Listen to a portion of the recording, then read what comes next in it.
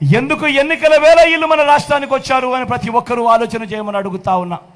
చంద్రబాబును గెలిపించడం కోసం ఏ రకంగా కుట్రలు జరుగుతూ ఉన్నాయి అన్నది ప్రతి ఒక్కరూ కూడా ఆలోచన చేయమని అడుగుతా ఉన్నా. చంద్రబాబును గెలిపించడం కోసం, మన ఓట్లను చీల్చడం కోసం ఈరోజు కాంగ్రెస్ పార్టీ ఆంధ్ర రాష్ట్రంలో రంగప్రవేశం చేసింది అని అంటే చంద్రబాబు రాజకీయాలు ఎలా ఉన్నాయని ఒక్కసారి గమనించమని అడుగుతా ఉన్నా. ఇదే చంద్రబాబు మనిషి రేవంత్ రెడ్డి. ఇదే రేవంత్ రెడ్డి కాంగ్రెస్ పార్టీకి సంబంధించిన ముఖ్యమంత్రి తెలంగాణ. ఒకవైపున పట్టపగలు బీజేపీతో కాపురం చేస్తాడు, రాత్రిపూట కాంగ్రెస్తో కాపురం చేస్తాడు ఈ పెద్ద మనిషి చంద్రబాబు. జగన్మోహన్ రెడ్డి గారు మాట్లాడే మాటల్ని సొంత చెల్లి కన్న తల్లే నమ్మడం లేదు.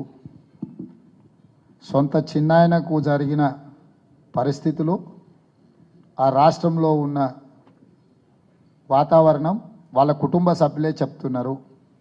కన్న తల్లి సొంత చెల్లె విశ్వసించని జగన్మోహన్ రెడ్డి గారు ఏది మాట్లాడినా, నా మీద ఎలాంటి ఆరోపణ చేసినా దానికి ఏమాత్రం విలువ లేదు.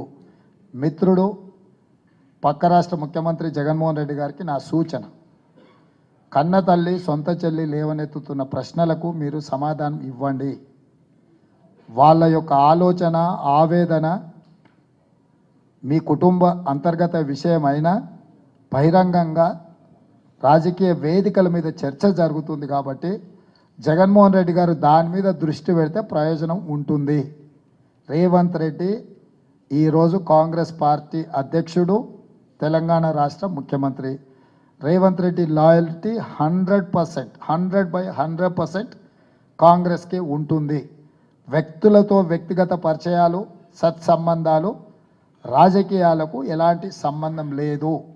చంద్రబాబు నాయుడు గారి పట్ల నాకు గౌరవం ఉంది కానీ రాజకీయ సంబంధాలు లేవు. వారితో ఉన్న రాజకీయ సంబంధాలను తెంచుకొని 2017 అక్టోబర్ 31 నాడు కాంగ్రెస్ పార్టీలో నేను చేరిన. నేను ఇప్పుడు కాంగ్రెస్ పార్టీకి బాధ్యత వహిస్తా. షర్మిల ఆంధ్రప్రదేశ్ కాంగ్రెస్ పార్టీ అధ్యక్షురాలు. ఖచ్చితంగా షర్మిల నాయకత్వాన్ని బలోపేతం చేయడానికి, ఆంధ్రప్రదేశ్లో కాంగ్రెస్ని గెలిపించడానికి నా వంతు సహకారం ఉంటుంది. కాబట్టి వారు కుటుంబ సమస్యల్ని పరిష్కరించే దాని మీద మనసు పెడితే బాగుంటుందని నేను సూచన చేస్తున్న వారికి.